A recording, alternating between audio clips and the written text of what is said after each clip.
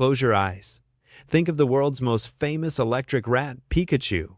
What does the tip of its tail look like? It's got a distinct black stripe at the end, right? Congratulations.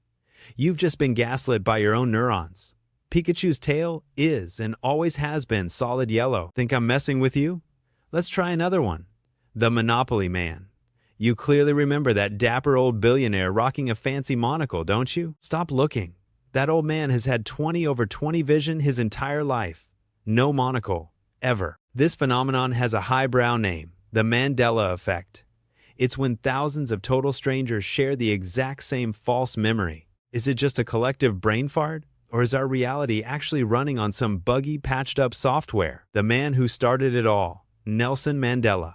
In 2010, researcher Fiona Broom was horrified to discover she vividly remembered Mandela dying in prison back in the 80 seconds. She remembered the funeral, the moving speeches, even his widow crying on the news. The spooky part? Thousands of people jumped in and said, "Wait, me too." But in reality, Mandela was very much alive, eventually passing away peacefully at home in 2013. If one person gets it wrong, it's a senior moment. If 10,000 people get it wrong, it's a superpower. This is where the sci-fi geeks and conspiracy theorists come in with an explanation that'll keep you up at night. Our universe collided with a parallel one. In that timeline, Mandela died in prison, Pikachu had a black tail, and you, during some freak cosmic glitch, got kicked into this crappy beta version of reality. So, who messed with the cosmic motherboard? The number one suspect? CERN. Rumor has it that back in 2012, those geniuses in lab coats playing with the God particle accidentally ripped a hole in space-time. The original reality was trashed, so to cover their tracks, they shifted our consciousness into this near-identical backup copy. That would explain why Looney Tunes became Looney Tunes, and why those famous bears went from Berenstein to Berenstain. Sounds epic, right?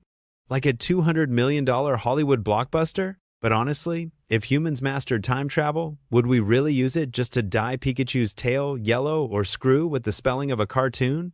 Talk about a petty god. Alright, put away your tinfoil hats. The truth is much more embarrassing. Your brain isn't an 8K Ultra HD recorder. It's more like a lazy, low-budget editor who's just trying to clock out early. In psychology, we call this confabulation. When your memory has a hole in it, your brain hates looking stupid, so it auto-fills the gap with whatever junk it finds in the clip art folder of your mind. Why do you think the Monopoly Man wears a monocle? Because your brain has a rich old guy template tuxedo, top hat, monocle. The brain is too lazy to remember the details, so it just slaps the template onto the old man's face. It's called the schema effect. You don't remember it, you're just rendering it. This mass memory failure is actually an evolutionary side effect of saving energy. After all, misremembering a cartoon name didn't exactly get our ancestors eaten by saber-toothed tigers, did it? The final boss of the Mandela Effect? A 90 seconds movie called Shazam. Millions of Americans swear they watched this genie movie starring the comedian Sinbad. The reality? Sinbad himself had to tweet out, "Guys, I was never in a genie movie. The only genie movie back then was Kazam, starring Shaq, and it was terrible. Why does this spread like a virus?" Thank the internet. Back in the day, if you remembered something wrong, you were just a lone idiot. Now, you post, "Does anyone else remember Pikachu's black tail?"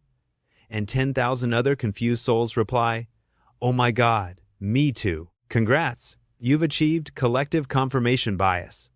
Once social pressure kicks in, your brain deletes the original file and forced installs the buggy community version. It's not a parallel universe, it's just a group chat hallucination. Let's be real. The Mandela Effect is popular because of our own massive egos. We'd rather believe the entire universe collapsed, collided, and rebooted than admit one simple thing.